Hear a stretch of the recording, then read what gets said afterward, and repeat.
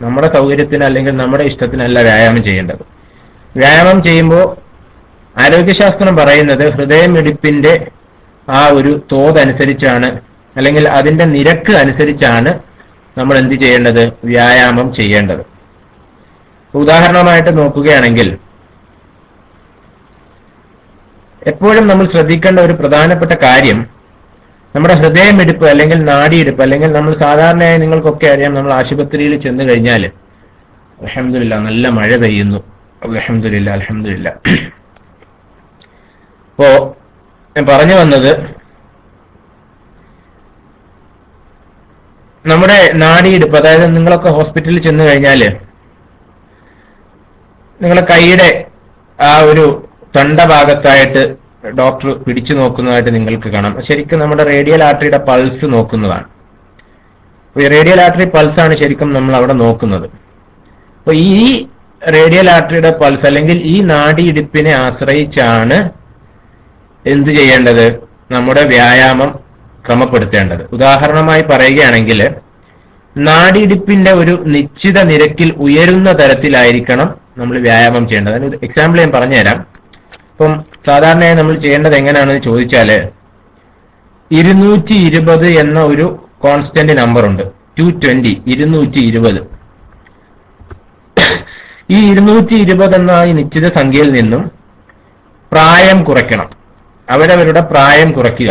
220 നിന്നും അവരവരുടെ പ്രായം കുറയ്ക്കുമ്പോൾ കിട്ടുന്ന സംഖ്യയിലേക്കായിരിക്കണം നമ്മൾ ശരിക്കും വ്യായാമം ചെയ്യുമ്പോൾ നമ്മുടെ നാഡിയിടിപ്പ് ഉയരേണ്ടത്. ഉദാഹരണമായിട്ട് പറയുകയാണെങ്കിൽ, 220 നിന്നും 50 വയസ്സുള്ള ഒരാളാണെങ്കിൽ 220 നിന്ന് 50 കുറയ്ക്കുമ്പോൾ 170 വരും, അല്ലെങ്കിൽ 170 ആയിരിക്കും. അപ്പൊ അദ്ദേഹം വ്യായാമം ചെയ്യുമ്പോൾ 170 ആയിരിക്കണം അദ്ദേഹത്തിന്റെ നാഡിയിടിപ്പിന്റെ നിരക്ക്. പറഞ്ഞ മനസ്സിലായല്ലോ? ഞാൻ പറഞ്ഞത് വ്യക്തമായെന്ന് വിചാരിക്കുന്നു. ഇങ്ങനെയാണ് നമ്മൾ വ്യായാമം ചെയ്യേണ്ടത്. 220 നിന്നും അവരവരുടെ പ്രായം കുറയ്ക്കുമ്പോൾ കിട്ടുന്ന ആ സംഖ്യയുടെ തോതിലായിരിക്കണം നമ്മുടെ നാഡിയിടിപ്പ് അല്ലെങ്കിൽ റേഡിയൽ ആർട്ടറി പൾസ് നമ്മൾ വ്യായാമം ചെയ്യുമ്പോൾ ഉയരേണ്ടത്. അപ്പോൾ നിങ്ങൾ വ്യായാമം ചെയ്യുമ്പോൾ നിങ്ങളുടെ കൈയുടെ തണ്ടയിൽ പിടിച്ച് നോക്കിക്കഴിഞ്ഞാൽ നിങ്ങൾക്ക് റഫായിട്ട് 1 മിനിറ്റിൽ അത് എത്ര പ്രാവശ്യം ഇടിക്കുമെന്ന് നിങ്ങൾക്ക് മനസ്സിലാവും. അപ്പൊ അങ്ങനെ ആയിരിക്കണം നമ്മൾ ഓരോരുത്തരും വ്യായാമം ചെയ്യേണ്ടത്. ഇനി വ്യായാമത്തിന്റെ ഗുണങ്ങൾ എന്തൊക്കെയാണെന്ന് ചോദിച്ചാൽ, നമ്മുടെ പൊതുവെയുള്ള ആരോഗ്യം മെച്ചപ്പെടുന്നു എന്നതിലുപരിയായിട്ട് ലൈഫ് സ്റ്റൈൽ ഡിസീസസ്, ഞാൻ മുമ്പ് പറഞ്ഞതുപോലെ ജീവിതശൈലി രോഗങ്ങളെ വളരെ ഫലപ്രദമായി തടയാൻ നമ്മുടെ വ്യായാമങ്ങൾക്ക് സാധിക്കും. ഹൃദ്രോഗം, അതുപോലെ തന്നെ ക്യാൻസർ, ജീവിതശൈലി രോഗങ്ങളായ പ്രമേഹം, രക്താതിമർദ്ദം, ഇവയുടെ പ്രശ്നങ്ങളൊക്കെ ഉള്ള ആളുകൾ കൃത്യമായി വ്യായാമം ചെയ്തു കഴിഞ്ഞാൽ ഒരു പരിധിവരെ ഇത്തരത്തിലുള്ള പ്രശ്നങ്ങൾ മൂലമുണ്ടാകുന്ന പല ബുദ്ധിമുട്ടുകളും അവർക്ക് ഒരു പരിധിവരെ അതിൽ നിന്ന് മോചനം കിട്ടും, അല്ലെങ്കിൽ അതിൽ നിന്നും ഒഴിവാകാൻ സാധിക്കുമെന്ന് വ്യക്തമായിട്ട് പഠനങ്ങൾ എന്നതിലുപരി നമ്മൾ ദൈനംദിന പല രോഗികൾക്കും പറഞ്ഞു കൊടുക്കുന്നതിലൂടെ നമുക്കും അനുഭവപ്പെടുന്ന ഒരു കാര്യമാണ്. വളരെ പ്രത്യേകിച്ച് ഈ കൃത്യമായിട്ടുള്ള വ്യായാമം മൂലം ഏറ്റവും ഗുണം ലഭിക്കുന്നത് ശരീരത്തിലെ ഏത് അവയവത്തിനാണെന്ന് അറിയൂ? കൃത്യമായ വ്യായാമം ചെയ്യുന്നതിൽ മൂലം ഏറ്റവും മെച്ചപ്പെടുന്നത് ശരീരത്തിലെ ഏത് അവയവത്തിന്റെ ആരോഗ്യമാണ്? എന്റെ വലിയമ്മ എന്ന് സുഖിക്കും. വ്യായാമം ചെയ്യുന്നതിലൂടെ നമ്മുടെ ശരീരത്തിലെ ഒരവയവത്തിന്റെ അല്ലെങ്കിൽ ഏറ്റവും അധികം മെച്ചപ്പെടുന്ന അവയവം ഹൃദയമാണ്. ഹൃദയത്തിന്റെ ആരോഗ്യമാണ് ശരിക്കും പറഞ്ഞാൽ കൃത്യമായ വ്യായാമം മൂലം ഏറ്റവും അധികം മെച്ചപ്പെടുന്നത് ശരിക്കും ഹൃദയത്തിന്റെ ആരോഗ്യമാണ്.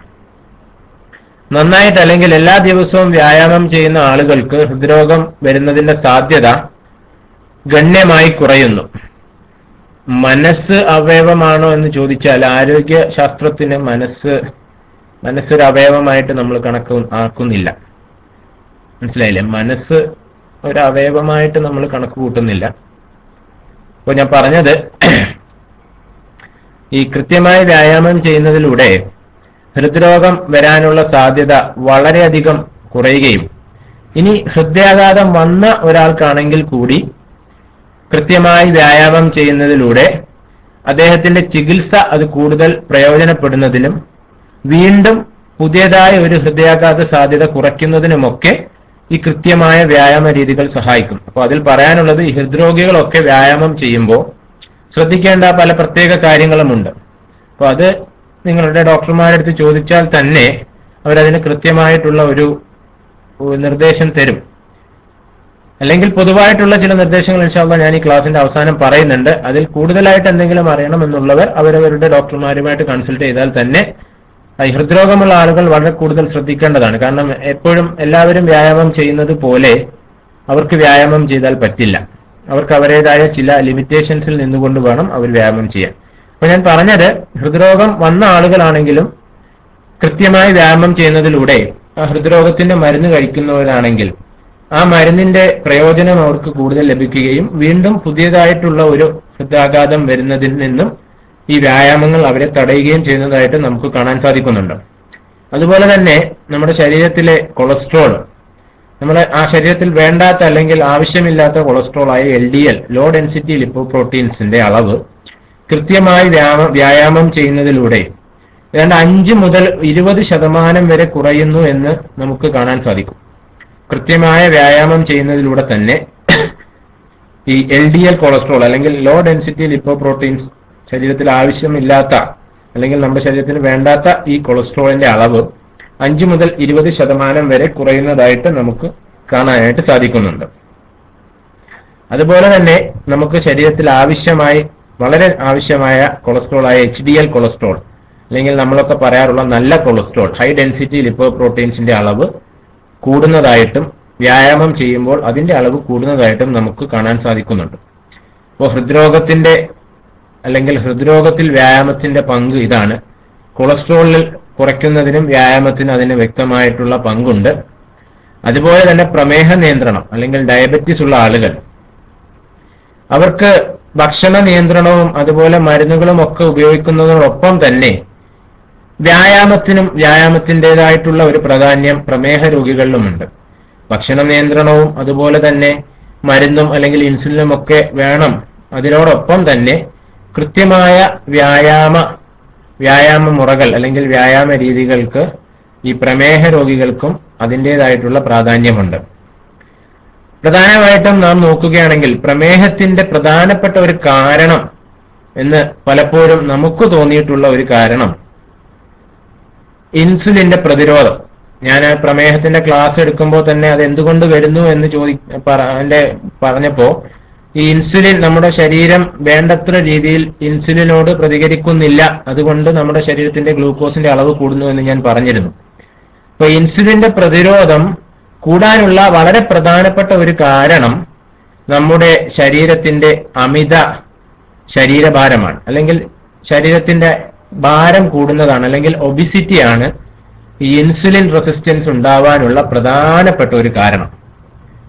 അപ്പൊ പ്രമേഹ രോഗികളായ ആളുകൾ, പ്രത്യേകിച്ചും കുറച്ച് തടിയുള്ള ആളുകളൊക്കെ ആണെങ്കിൽ, അവർ കൃത്യമായി വ്യായാമം ചെയ്യുകയാണെങ്കിൽ കുറച്ചൊക്കെ തടി കുറയ്ക്കാൻ കഴിഞ്ഞാൽ അല്ലെങ്കിൽ അവരുടെ ഒബിസിറ്റി കുറയ്ക്കാൻ കഴിഞ്ഞാൽ ഇൻസുലിന്റെ പ്രതിരോധം അല്ലെങ്കിൽ അവരെടുക്കുന്ന ഇൻസുലിൻ അവരുടെ ശരീരത്തിൽ ഈ അമിത ശരീരഭാരം മൂലമുണ്ടാകുന്ന ആ ഒരു പ്രതിരോധം അവർക്ക് ഒരു പരിധിവരെ അതിനെ ഓവർകം ചെയ്യാൻ കഴിയും.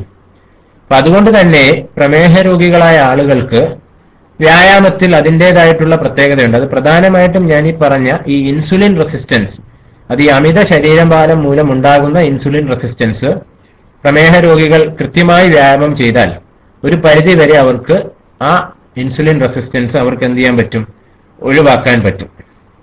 അതുപോലെ തന്നെ കൃത്യമായി വ്യായാമം ചെയ്യുന്ന ആളുകൾ നമുക്കറിയാം, ഞാൻ പറഞ്ഞതുപോലെ ശരീരത്തിലെ രക്തസമ്മർദ്ദം അല്ലെങ്കിൽ ഹൈപ്പർ ടെൻഷൻ ഇത് നിയന്ത്രിക്കുവാനും അതുപോലെ ശരീരത്തിന്റെ കൊളസ്ട്രോൾ നില ക്രമീകരിക്കുന്നതിലൂടെയുമൊക്കെ പ്രമേഹ രോഗികൾക്ക് വരുന്ന ഹൃദ്രോഗ സാധ്യത. ഈ പ്രമേഹ രോഗികൾക്ക് വരുന്ന ഹൃദ്രോഗ സാധ്യതയെ പറ്റി പറയുമ്പോൾ വളരെ ശ്രദ്ധിക്കേണ്ട ഒരു കാര്യം ഞാൻ ക്ലാസ് എടുത്തപ്പോൾ അന്ന് പറഞ്ഞിരുന്നു. പലപ്പോഴും പ്രമേഹ രോഗികൾക്ക് വരുന്ന ഹൃദ്രോഗം അല്ലെങ്കിൽ ഹാർട്ട് അറ്റാക്ക് പലപ്പോഴും സൈലന്റ് അറ്റാക്കുകളാണ്, അല്ലെങ്കിൽ ശരിക്കും ഒരു വേദന പലപ്പോഴും അവർക്ക് അനുഭവപ്പെടാറില്ല.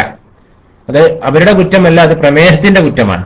അപ്പൊ അതുകൊണ്ട് തന്നെ പലപ്പോഴും പ്രമേഹ രോഗികൾക്ക് ഹൃദയ സംബന്ധമായ അസുഖങ്ങൾ വരുമ്പോൾ വേണ്ട രീതിയിലുള്ള ഒരു വേദന പലപ്പോഴും അവർക്ക് ഉണ്ടാവുകയില്ല.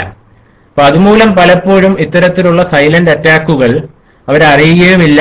അതിന്റെ കാരണമെന്നോണം പലപ്പോഴും മറ്റു പല പ്രശ്നങ്ങളിലേക്കും പലപ്പോഴും പ്രമേഹ രോഗികൾ എത്തിപ്പെടാറുമുണ്ട്. അപ്പൊ അതൊക്കെ ഒരു പരിധി വരെ കുറയ്ക്കാനായിട്ട് ഈ വ്യായാമം, പ്രധാനമായിട്ടും ഈ കൊളസ്ട്രോളിന്റെ അളവ് കുറയുക, അതുപോലെ രക്താതിമർദ്ദം, ഹൈപ്പർ ടെൻഷൻ ഒരു പരിധിവരെ നിയന്ത്രിക്കാൻ കഴിയുക, ഇതൊക്കെ തന്നെ പ്രമേഹ രോഗികളായ ആളുകൾക്ക് ഹൃദ്രോഗം വരാനുള്ള സാധ്യത കുറയ്ക്കുന്നു എന്നതാണ് പഠനങ്ങൾ ശരിക്കും തെളിയിക്കുന്ന പ്രധാനപ്പെട്ട ഒരു വസ്തുത.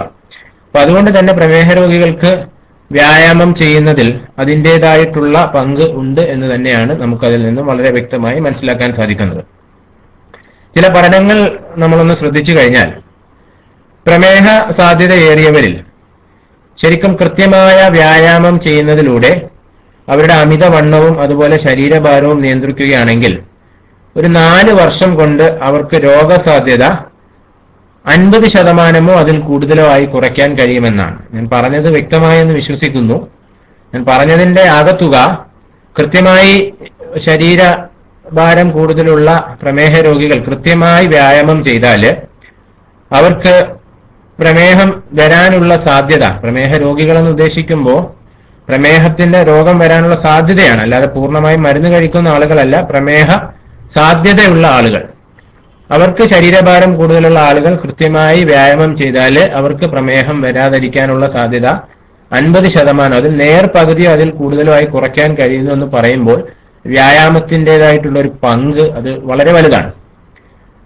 ഇനി പുരുഷന്മാരെ പോലെ തന്നെ ഞാൻ ആദ്യം പറഞ്ഞു, സ്ത്രീകൾക്കും വ്യായാമം വളരെ പ്രധാനപ്പെട്ട ഒരു കാര്യമാണ്. അതിന്റെ കാരണങ്ങളും ഞാൻ ആദ്യം പറഞ്ഞിരുന്നു. അപ്പൊ സ്ത്രീകളെ സംബന്ധിച്ചിടത്തോളം ഈ മെനപ്പോസ് അല്ലെങ്കിൽ ആർത്തവ വിരാമത്തിന്റെ സമയത്ത് വളരെ കൂടുതലായി മെനപ്പോസ് വന്നിട്ടുള്ള അല്ലെങ്കിൽ മെനപ്പോസ് കഴിഞ്ഞ് ആർത്തവ വിരാമം എത്തിയ സ്ത്രീകളിൽ വളരെ കൂടുതലായി കണ്ടുവരുന്ന ഒരു അവസ്ഥയാണ് ഈ അസ്ഥിക്ഷയം അഥവാ ഓസ്റ്റിയോപൊറോസിസ്. വളരെ കൂടുതലായി നമ്മൾ ഹോസ്പിറ്റലിലൊക്കെ നോക്കിക്കഴിഞ്ഞാൽ ഈ 45-50 വയസ്സ് കഴിഞ്ഞ സ്ത്രീകൾ വളരെ കൂടുതലായി കംപ്ലൈന്റുകളുമായി എത്തുന്നത് ഊരുവേദന, കൈവേദന, കാലുവേദന, അങ്ങനെ പല വേദനകളാണ് അവരെ വളരെ കൂടുതലായിട്ട് അലട്ടുന്നത്. അപ്പൊ അതിൽ പ്രധാനപ്പെട്ട ഒരു കാര്യം, സ്വാഭാവികമായിട്ടും ഈ പെനപ്പോസ് അല്ലെങ്കിൽ ആർത്തവ വിരാമം ഉണ്ടാകുമ്പോൾ ശരീരത്തിലെ ഈസ്ട്രോജൻ ഉൽപാദനം കുറയുകയും അത് സ്വാഭാവികമായിട്ടും എല്ലിന്റെ ബലത്തെ ഒരു പരിധി വരെ കുറയ്ക്കുകയും അല്ലെങ്കിൽ ശരിക്കും ആ ബോൺ ഡെൻസിറ്റി ഒരു പരിധി വരെ കുറയ്ക്കുകയും ചെയ്യുന്നതായിട്ട് നമുക്ക് കാണാൻ സാധിക്കും. അപ്പൊ അതുകൊണ്ട് തന്നെ ചെറിയ ആഘാതങ്ങൾ പോലും, ഇപ്പൊ ചെറുതായിട്ട് കാലൊന്ന് ചറുക്കുകയോ അല്ലെങ്കിൽ ഒന്ന് മുട്ടുകുത്തിയോ ഒക്കെ ചെയ്താൽ തന്നെ പലപ്പോഴും ഇവർക്ക് എന്ത് ചെയ്യാൻ പറ്റും, ഇവരുടെ അസ്ഥികൾ പൊട്ടിപ്പോകാനുള്ള സാധ്യത വളരെ കൂടുതലാണ്.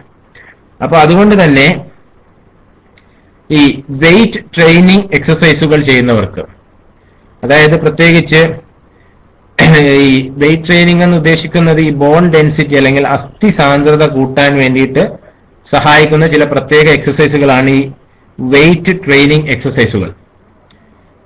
പക്ഷേ ഈ സ്ത്രീകളെ സംബന്ധിച്ചിടത്തോളം ശ്രദ്ധിക്കേണ്ട ഒരു കാര്യം, സാധാരണ ഞാൻ മുമ്പേ പറഞ്ഞ എയറോബിക് എക്സസൈസുകളായ നടത്തം പോലത്തെ എക്സസൈസുകളൊന്നും ശരിക്കും പറഞ്ഞാല് ഈ അസ്ഥി സാന്ദ്രത അല്ലെങ്കിൽ ബോൺ ഡെൻസിറ്റി കൂട്ടില്ല. അപ്പൊ ബോൺ ഡെൻസിറ്റി കൂട്ടണമെങ്കിൽ ചില പ്രത്യേക വെയിറ്റ് ട്രെയിനിങ് എക്സസൈസുകൾ തന്നെ ചെയ്യണം. അതിന് ചില പ്രത്യേക ഉപകരണങ്ങളൊക്കെ ഉണ്ട്.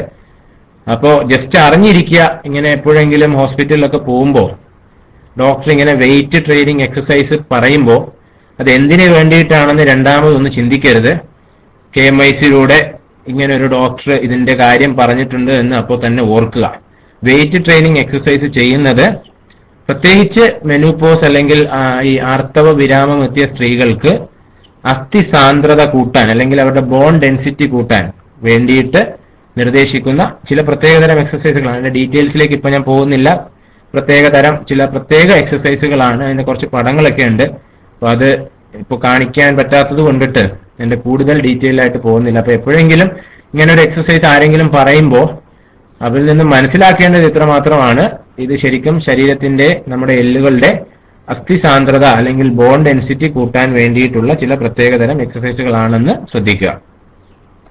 അതുപോലെ തന്നെ നമ്മുടെ ഈ വ്യായാമം, അതിൽ പ്രത്യേകിച്ച് നടുവേദനയുള്ള ആളുകൾ ഇപ്പൊ വളരെ കൂടുതലായിട്ട് ഇപ്പൊ ഏറ്റവും അടുത്തെന്നല്ല, ഇപ്പൊ നടുവേദനയുടെ പുതിയ പുതിയ കാരണങ്ങൾ നോക്കിക്കഴിഞ്ഞാൽ നമുക്ക് കാണാൻ കഴിയുന്നത് നിങ്ങളൊക്കെ വായിച്ചിട്ടുണ്ടാവുമെന്ന് എനിക്കറിയില്ല.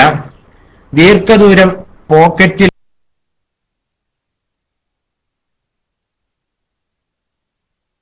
പേഴ്സ് വെച്ചിട്ട് യാത്ര പോകുമ്പോൾ അല്ലെങ്കിൽ 10-200 കിലോമീറ്റർ ഒക്കെ യാത്ര ചെയ്യുമ്പോൾ സ്വാഭാവികമായിട്ടും കാർ ഓടിക്കുമ്പോൾ, അതെ, ഇപ്പൊ ഏറ്റവും പുതിയതായിട്ട് ഉള്ള ഒരു കണ്ടുപിടുത്തമാണ്. അതെ, അങ്ങനെ ഒരു കണ്ടുപിടുത്തം ഇപ്പോൾ ഉണ്ട്. അതായത് ഏറ്റവും പുതിയതായി വളരെ തിക്കായിട്ടുള്ള അല്ലെങ്കിൽ പോക്കറ്റ് മണിയൊക്കെ വളരെ കൂടുതലായി കരുതുന്ന ആളുകൾ അത് പേഴ്സ് വെച്ചിട്ട് പോക്കറ്റിൽ വെച്ച് വണ്ടി ഓടിക്കുകയാണെങ്കിൽ സ്വാഭാവികമായിട്ടും പ്രത്യേകിച്ച് ലോങ് യാത്രകളൊക്കെ ചെയ്യുമ്പോൾ ഇത്തരത്തിലുള്ള പേഴ്സുകൾ പോക്കറ്റിൽ കരുതുന്ന ആളുകൾക്ക് നടുവേദന വരാനുള്ള സാധ്യത കൂടുതലാണ് എന്ന് പഠനങ്ങളല്ല, ഇപ്പോൾ അങ്ങനെയുള്ള ആളുകളെ ശരിക്കും നമ്മൾ കാണുന്നുണ്ട്. പല കാരണങ്ങളും അന്വേഷിച്ചിട്ട് ഒരു കാരണവും കിട്ടാതെ വരുമ്പോൾ അവസാനം നമ്മൾ ഇങ്ങനെ ചോദിക്കുമ്പോൾ ഇത്തരത്തിലുള്ള ഒരു കാരണം കൊണ്ടാണ് അവർക്ക് നടുവേദന വരുന്നത്. അത് ശരിക്കും അത് ഞാൻ എവിടെയോ ഒരു ജേണലിൽ വായിച്ചിരുന്നു. തപ്പിയെടുത്താൽ ഇൻഷാല്ലാ അതിന്റെ ഡീറ്റെയിൽസ് ഇനി എപ്പോഴെങ്കിലും ഒരിക്കൽ ഇൻഷാല്ലാ നിങ്ങളുമായിട്ട് പങ്കുവെക്കാം. വളരെ വളരെ വളരെ എന്താ പറയാ, വളരെ നല്ല രീതിയിൽ തന്നെ ഒരു ന്യൂറോ സർജൻ ആ വിഷയം വളരെ നല്ല രീതിയിൽ തന്നെ അദ്ദേഹം ഒരു ജേണലിൽ അദ്ദേഹം അത് പ്രസന്റ് ചെയ്തിട്ടുണ്ട്. അപ്പോൾ ഇൻഷാല്ലാ അത് എപ്പോഴെങ്കിലും ഇനി സൗകര്യപ്പെടുമ്പോൾ ഇൻഷാല്ലാ അത് ചർച്ച ചെയ്യാം. അപ്പോൾ ഞാൻ പറഞ്ഞത് നടുവേദനയ്ക്ക് പല കാരണങ്ങളുമുണ്ട്. അപ്പൊ സ്വാഭാവികമായിട്ടും ഈ നടുവേദനയുടെ പ്രശ്നങ്ങൾ പരിഹരിക്കാനും വ്യായാമം ഒരു പരിധി വരെ നല്ലതാണ്. ഇപ്പൊ ശരിക്കും പറഞ്ഞാൽ ഈ കൃത്യമായിട്ടും പറയുകയാണെങ്കിൽ ഈ പേശീതല വ്യായാമങ്ങൾ, അതായത് നടുവിന് ചുറ്റുമുള്ള പേശികളെ ബലപ്പെടുത്തുന്ന ചില പ്രത്യേകതരം വ്യായാമങ്ങളുണ്ട്. അത്തരം വ്യായാമങ്ങൾ ചെയ്യുന്ന ആളുകൾ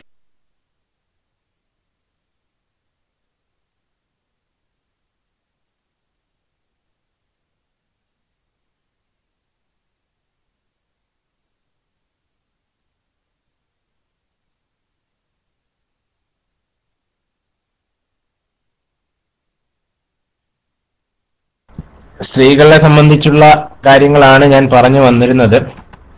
അപ്പൊ പ്രത്യേകിച്ചും ഈ ആർത്തവ വിരാമം അല്ലെങ്കിൽ മെനോപോസ് എത്തിയ സ്ത്രീകളിൽ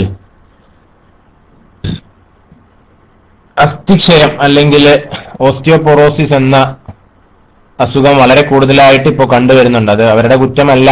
സ്വാഭാവികമായിട്ടും മെനോപോസ് എത്തുമ്പോൾ, ആർത്തവ വിരാമം എത്തുമ്പോൾ ഈസ്ട്രജൻ എന്ന ഹോർമോൺ ശരീരത്തിൽ വേണ്ടത്ര രീതിയിൽ ഉൽപ്പാദിപ്പിക്കപ്പെടാത്തത് കൊണ്ടിട്ടും ഈസ്ട്രജൻ ആണ് പലപ്പോഴും ഈ അസ്ഥി സാന്ദ്രത അല്ലെങ്കിൽ ബോൺ ഡെൻസിറ്റിയിൽ വളരെ കൂടുതലായി സഹായിക്കുന്ന ഒരു ഹോർമോൺ എന്നുള്ള നിലയിലും അതിന്റെ ഉൽപാദനം കുറയുമ്പോൾ ചെറിയ വീഴ്ചകളോ അല്ലെങ്കിൽ ചെറിയ ചെറിയ പ്രശ്നങ്ങൾ കൊണ്ട് തന്നെ അവരുടെ എല്ലുകൾ പെട്ടെന്ന് പൊട്ടിപ്പോകുന്ന ഒരു അവസ്ഥ നാം പലപ്പോഴായിട്ടും കണ്ടുവരുന്നുണ്ട്. അപ്പൊ അത്തരത്തിലുള്ള സ്ത്രീകൾക്ക് ഈ വെയിറ്റ് ട്രെയിനിങ് എക്സസൈസുകൾ, ഞാൻ മുമ്പ് പറഞ്ഞതുപോലെ അസ്ഥി സാന്ദ്രത കൂട്ടാനായിട്ടുള്ള ചില പ്രത്യേകതരം എക്സസൈസുകളാണത്. അപ്പൊ അവ ശരിക്കും ഇപ്പോ വിശദീകരിക്കാൻ അത് ശരിക്കും കുറച്ച് പിക്ചറുകളാണ്, അത് കണ്ടാലേ മനസ്സിലാവുള്ളൂ. അപ്പൊ ആരെങ്കിലും എപ്പോഴെങ്കിലും ഒക്കെ ഏതെങ്കിലും ഡോക്ടർമാരുടെ അടുത്ത് ചെല്ലുമ്പോൾ ഇത്തരത്തിലൊരു വെയിറ്റ് ഇങ്ങനെയുള്ള ഞാൻ മുമ്പ് പറഞ്ഞതുപോലത്തെ എക്സസൈസുകൾ ചെയ്യേണ്ടി വരുമ്പോൾ, വെയിറ്റ് ട്രെയിനിങ് എക്സസൈസുകൾ ചെയ്യേണ്ടി വരുമ്പോൾ ആരും പേടിക്കേണ്ട കാര്യമൊന്നുമില്ല. ശരിക്കും അത് അസ്ഥി സാന്ദ്രത കൂട്ടാൻ വേണ്ടിയിട്ടാണ്. കാരണം ഞാൻ ആദ്യമേ പറഞ്ഞ എയറോബിക് എക്സസൈസുകളായ നടത്തം, അതുപോലെ ജോഗിങ്, സൈക്ലിംഗ് ഒന്നും തന്നെ അസ്ഥിയുടെ സാന്ദ്രത കൂട്ടാൻ ഉപകരിക്കപ്പെടുന്ന എക്സസൈസുകളല്ല. അപ്പൊ അതുകൊണ്ട് തന്നെ വെയിറ്റ് ട്രെയിനിങ് എക്സസൈസുകളാണ് അവർക്ക് വളരെ പ്രധാനപ്പെട്ടത്. അതുപോലെ തന്നെ സ്ത്രീകൾക്ക് ഉണ്ടാകുന്ന നട്ടെല്ല് വേദന, അതുപോലെ തന്നെ പ്രത്യേകിച്ചും ഈ നട്ടെല്ലിന് ചുറ്റുമുണ്ടാകുന്ന അസ്ഥി ശോഷണം, ഇവയൊക്കെ ഒരു പരിധി വരെ ഒഴിവാക്കാനായിട്ട്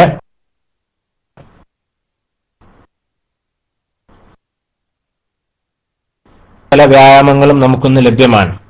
മരുന്ന് കഴിക്കാതെ തന്നെ പല വ്യായാമങ്ങൾ കൊണ്ടിട്ടും ഈ നട്ടെല്ല് വേദനയും ഊരുവേദനയും ഒക്കെ ഒരു പരിധി വരെ, പ്രത്യേകിച്ചും ഡിസ്കിന്റെ പ്രശ്നമുള്ളവർ, ചെറിയ ഡിസ്ക് കംപ്ലൈന്റ് ഒക്കെ ഉള്ള ആളുകളാണെങ്കിൽ ഈ നട്ടെല്ലിന്റെ ചുറ്റുമുള്ള പേശികളും അതുപോലെ നമ്മുടെ വയറിന്റെ ചുറ്റുഭാഗമുള്ള പേശികളും ഒക്കെ ബലപ്പെടുത്തുവാനും നട്ടെല്ലിലെ കശേരുക്കൾ അഥവാ ഡിസ്കുകളെയൊക്കെ ശരിക്കും അവയുടെ ആയാസമൊക്കെ കുറച്ച് ലഘൂകരിക്കാനും ഒക്കെ കഴിയുന്ന പലതരത്തിലുള്ള എക്സസൈസുകൾ നമുക്ക് ഇന്ന് ലഭിക്കും. അപ്പൊ അത്തരം എക്സസൈസുകളൊക്കെ ചെയ്തു കഴിഞ്ഞാൽ തന്നെ ഒരു പരിധി വരെ ഇത്തരത്തിലുള്ള ഈ ഞാൻ മുമ്പ് പറഞ്ഞതുപോലെ നടുവേദനയും അതുപോലെ ഈ അസ്ഥിക്ഷയം, ഓസ്റ്റിയോപോറോസിസ് മൂലം ഉണ്ടാകുന്ന അസുഖങ്ങളൊക്കെയും ഒരു പരിധി വരെ അവർക്ക് ഒഴിവാക്കാൻ കഴിയും എന്നതാണ് ആരോഗ്യശാസ്ത്രത്തിന്റെ കണ്ടെത്തൽ. അപ്പോ അതുപോലെ തന്നെ ഇന്ന് വളരെ കൂടുതൽ വ്യാപകമായിക്കൊണ്ടിരിക്കുന്ന ക്യാൻസർ, പ്രത്യേകിച്ച് സ്ത്രീകളിൽ നിങ്ങൾക്കൊക്കെ അറിയാം ഇന്ന് സ്ത്രീകളെ സംബന്ധിച്ചിടത്തോളം വളരെ കൂടുതലായിട്ട് കണ്ടുവരുന്ന ക്യാൻസർ ഏതാണ്? സ്ത്രീകളിൽ ഏറ്റവും കൂടുതലായിട്ട് കണ്ടുവരുന്ന ക്യാൻസർ ഏതാണ്? ടെക്സ്റ്റ് അടിച്ചാലും ഇടയ്ക്ക് ചോദ്യങ്ങളൊക്കെ ആകുമ്പോൾ അതെ, CA ബ്രസ്റ്റ് ആണ് ഇന്ന് വളരെ കൂടുതൽ സ്ത്രീകളിൽ കണ്ടുവരുന്ന ക്യാൻസർ. സ്തനാർബുദം, CA breast, carcinoma of the breast ആണ് ഇന്ന് വളരെ കൂടുതൽ സ്ത്രീകൾക്കും കണ്ടുവരുന്നിട്ടുള്ള, അല്ലെങ്കിൽ സ്ത്രീകളിൽ ഏറ്റവും കൂടുതൽ കണ്ടുവരുന്ന ക്യാൻസർ ബ്രസ്റ്റ് ക്യാൻസർ ആണ്. അപ്പൊ ശരിക്കും ഈ ബ്രസ്റ്റ് ക്യാൻസർ വരാനുള്ള ഒരു കാരണം പറയുന്നത് ശരീരത്തിന്റെ ഭാരക്കൂടുതലാണ്. അതായത് ശരീരം ശരിക്കും ആയാസകരമല്ലാത്ത രീതിയിൽ ഉള്ള സ്ത്രീകൾ, അത് പറഞ്ഞാൽ ഓവർ വെയിറ്റ് ആയിട്ട് ശരീരം നന്നായിട്ട് ആയാസം ഒന്നും ചെയ്യാൻ കഴിയാത്ത സ്ത്രീകൾക്കാണ് ഇന്ന് ബ്രസ്റ്റ് ക്യാൻസർ വളരെ കൂടുതലായിട്ട് കണ്ടുവരുന്നത് എന്ന് ചില പഠനങ്ങളിൽ നിന്നും നമുക്ക് കണ്ടെത്താൻ കഴിഞ്ഞ കാര്യമാണ്. അതുപോലെ തന്നെ കൃത്യമായി വ്യായാമം ചെയ്യുന്ന സ്ത്രീകളിൽ ഈ സ്തനാർബുദത്തിന്റെ സാധ്യത 30% അതിൽ കൂടുതലോ ആയി കുറയുന്നു എന്നും നമുക്ക് കാണാൻ സാധിക്കുന്നുണ്ട്. അപ്പോൾ ശരിക്കും ഇത്തരത്തിലുള്ള സ്ത്രീകളൊക്കെ അല്പം വ്യായാമങ്ങളൊക്കെ ചെയ്തു കഴിഞ്ഞാൽ തീർച്ചയായിട്ടും ഈ ബ്രസ്റ്റ് ക്യാൻസർ വരാനുള്ള സാധ്യത 1/3 കുറയുന്നു എന്നത് ഒരു വളരെ വലിയ കാര്യം തന്നെയാണ്. അപ്പോൾ അതുപോലെ തന്നെ മറ്റു പല ക്യാൻസറുകളും ഇന്ന് ശരിക്കും വ്യായാമത്തിന് അതിൻ്റെതായിട്ടുള്ള പ്രത്യേകതകൾ ശരിക്കും ഉണ്ട് എന്ന് തന്നെയാണ് പഠനങ്ങൾ തെളിയിക്കുന്നത്. അപ്പോൾ അതുപോലെ തന്നെ ഈ വ്യായാമത്തിൽ ഏർപ്പെട്ടിരിക്കുന്ന ആളുകളുടെ കുടലിൽ വരുന്ന ക്യാൻസറുകൾ, അല്ലെങ്കിൽ CA ഇൻഡസ്റ്റൈൻ, പ്രത്യേകിച്ചും CA കോളോൺ ഒക്കെ പോലെയുള്ള പിന്നെ ക്യാൻസറുകൾ, കുടലിനെ ബാധിക്കുന്ന ക്യാൻസറുകൾ കൃത്യമായി വ്യായാമം ചെയ്യുന്ന ആളുകൾക്ക് 40% കുറയുന്നു എന്നാണ് ചില പുതിയ പഠനങ്ങൾ തെളിയിക്കുന്നത്. അപ്പോൾ വ്യായാമത്തിന് ക്യാൻസറിലായാലും ജീവിതശൈലി രോഗങ്ങളിലായാലും അതുപോലെ തന്നെ ഹൃദ്രോഗങ്ങളിലായാലും ഒക്കെ അതിൻ്റെതായിട്ടുള്ള ഒരു സ്ഥാനമുണ്ട് എന്നാണ് ഇപ്പോൾ ഏറ്റവും പുതിയ പഠനങ്ങൾ തെളിയിക്കുന്നത് എന്നതാണ് ഈ അവസരത്തിൽ എനിക്ക് നിങ്ങളുമായി പങ്കുവെക്കാനുള്ള ഒരു യാഥാർത്ഥ്യം. ഇനി ഒരു കാര്യം കൂടി പറഞ്ഞുകൊണ്ട് ഇൻഷാ അല്ലാഹ് ക്ലാസ് നിർത്തുന്നു. വ്യായാമം തുടങ്ങുമ്പോൾ ശ്രദ്ധിക്കേണ്ട ചില പ്രത്യേക കാര്യങ്ങൾ മാത്രം പറഞ്ഞുകൊണ്ടിട്ട് ഇൻഷാ അല്ലാഹ് ഇന്നത്തെ ക്ലാസ് നിർത്തുന്നു. ശരിക്കും ഇന്നൊരു ടൈംലി ഷെഡ്യൂളിലുള്ള ക്ലാസ് അല്ല, ഒരല്പസമയം ഫ്രീ ആയപ്പോൾ മൈക്കിൽ ഇൻഷാ അല്ലാഹ് മുസ്തഫ ഒക്കെ ക്ഷണിച്ചപ്പോൾ വന്നതാണ്. ഏതായിരുന്നാലും കൃത്യമായ വ്യായാമം നമുക്കൊരു ദിനചര്യയായി മാറ്റേണ്ട ഒരു കാര്യമാണ്. വ്യായാമം ചെയ്യുമ്പോൾ അത് കൃത്യമായിരിക്കണം എന്നൊരു നിർബന്ധ ബുദ്ധി എല്ലാവർക്കും ഉണ്ടാവണം. അപ്പോൾ ഇതിനെ ശരിക്കും പറഞ്ഞാല് പ്രായോഗികമായി നിങ്ങൾക്ക് എളുപ്പം ചെയ്യാൻ പറ്റുന്ന വ്യായാമ രീതികൾ അവലംബിക്കുന്നതാണ് നല്ലത്. അതായത് ഹൈ ക്ലാസ് വ്യായാമ രീതികളിലേക്ക് പോകുമ്പോൾ പലപ്പോഴും അത് കൃത്യമായി ദിനചര്യയിൽ കൂടി ഉൾപ്പെടുത്തി പലപ്പോഴും നമുക്ക് ചെയ്യാൻ കഴിയുകയില്ല. അപ്പൊ അതുകൊണ്ട് നമുക്ക് പ്രായോഗികമായി എളുപ്പത്തിൽ ചെയ്യാൻ കഴിയുന്ന വ്യായാമ രീതികൾ തന്നെ നമ്മൾ അവലംബിക്കേണ്ടതായിട്ടുണ്ട്. അപ്പോൾ കഴിയുന്നതും ഒരു ദിവസം കൃത്യസമയം തന്നെ കഴിവതും ഒരു വ്യായാമത്തിനായിട്ട് നാം നീക്കി വെക്കണം. ഒരു ദിവസം ഒരല്പസമയം, എല്ലാ ദിവസവും കൃത്യമായ ഒരല്പസമയം വ്യായാമത്തിനായിട്ട് നമ്മൾ നീക്കി വെക്കാൻ ശ്രദ്ധിക്കണം. ഇനി ശ്രദ്ധിക്കേണ്ട മറ്റൊരു കാര്യം, കുറച്ച് സമയത്തേക്ക് തുടങ്ങി, അപ്പൊ ആദ്യത്തെ ദിവസങ്ങളിലൊക്കെ കുറച്ച് സമയത്തേക്ക് തുടങ്ങി ക്രമേണ എന്ത് ചെയ്യണം, സമയം ദീർഘിപ്പിക്കുന്നതാണ് ശരിക്കും നല്ലത്. അല്ലാതെ ആദ്യത്തെ ദിവസം തന്നെ ഒരു 5 കിലോമീറ്റർ നടന്ന് രണ്ടാമത്തെ ദിവസം വയ്യാന്ന് പറഞ്ഞിരിക്കുന്നതിന് പകരം ക്രമേണ കൂടുതലിലേക്ക് പോകുന്നതാണ്. ആദ്യം പതിയെ തുടങ്ങി ക്രമേണ അല്പം കൂട്ടി ഒരു സ്റ്റഡി ലെവലിലേക്ക് എത്തുന്ന രീതിയിലായിരിക്കണം വ്യായാമം പ്ലാൻ ചെയ്യേണ്ടത്. അല്ലാതെ ആദ്യമേ തന്നെ ചാടിക്കേറി ഒരുപാട് വ്യായാമം ചെയ്തിട്ട് 2-3 ദിവസം കഴിയുമ്പോൾ തളർന്നു പോകുന്ന ഉദ്ദേശം വീണ്ടും ചെയ്യാനുള്ള ഒരു ആത്മ ഊർജവും സന്തോഷവും ഒന്നും ഇല്ലാത്ത രീതിയിലേക്ക് ആദ്യമേ തന്നെ വ്യായാമം ചെയ്യരുത്. പതിയെ നല്ല രീതിയിലേക്ക് സ്റ്റഡി ആയിട്ടുള്ള വ്യായാമ രീതികൾ അവലംബിക്കേണ്ടതായിട്ടുണ്ട്.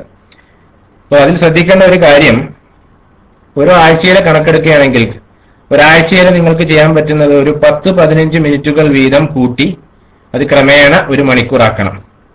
ഒരാഴ്ചയിൽ ആദ്യം ഒരു 15 മിനിറ്റ്, ആദ്യത്തെ ദിവസം 10 മിനിറ്റ്, പിന്നെ 15 മിനിറ്റ്, പിന്നെ 20 മിനിറ്റ്, പിന്നെ അരമണിക്കൂർ, പിന്നെ 3/4 മണിക്കൂർ, അങ്ങനെ എന്ത് ചെയ്യണം, അത് 1 മണിക്കൂറിലേക്ക് ഉയർത്തണം. അപ്പോൾ ഒരാഴ്ചയിൽ മിനിമം 5 ദിവസം വ്യായാമം ചെയ്യണം. ഒരാഴ്ചയിൽ 7 ദിവസം ഉണ്ടെങ്കിൽ 7 ദിവസവും വ്യായാമം ചെയ്യേണ്ടതില്ല. ഒരാഴ്ചയിൽ കഴിവതും ഒരു 5 ദിവസം എങ്കിലും വ്യായാമം ചെയ്യാനുള്ള സമയം കണ്ടെത്തണം. ഇനി വ്യായാമം ചെയ്യാൻ എളുപ്പമാർഗം എന്നത് പറയുന്നത് ദിവസേനയുള്ള ഒരു നടത്തമാണ്. നമ്മളെല്ലാവരും രാവിലെ പള്ളിയിലൊക്കെ, ഗൾഫ് രാജ്യങ്ങളിൽ എങ്ങനെയാണെന്ന് എനിക്കറിയില്ല, നമ്മുടെ നാട്ടിലൊക്കെ രാവിലെ പള്ളിയിൽ പോകുമ്പോൾ തന്നെ ആളുകൾ കൈ വീശിയൊക്കെ നടക്കുന്നത് നല്ലൊരു വ്യായാമമാണ് പലർക്കും. അപ്പോ ദിവസേനയുള്ള നടത്തം ഏറ്റവും നല്ല ഒരു വ്യായാമ മുറയാണ്.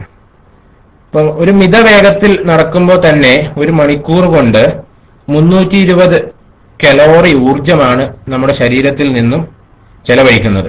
മിതമായ സ്പീഡിൽ നടന്നാൽ തന്നെ ഈ നടത്തം മൂലം 1 മണിക്കൂറിൽ ഏതാണ്ട് 320 കലോറി ഊർജം നമ്മുടെ ശരീരത്തിൽ നിന്നും അത് ചെലവഴിക്കുന്നു എന്നാണ് പറയപ്പെടുന്നത്.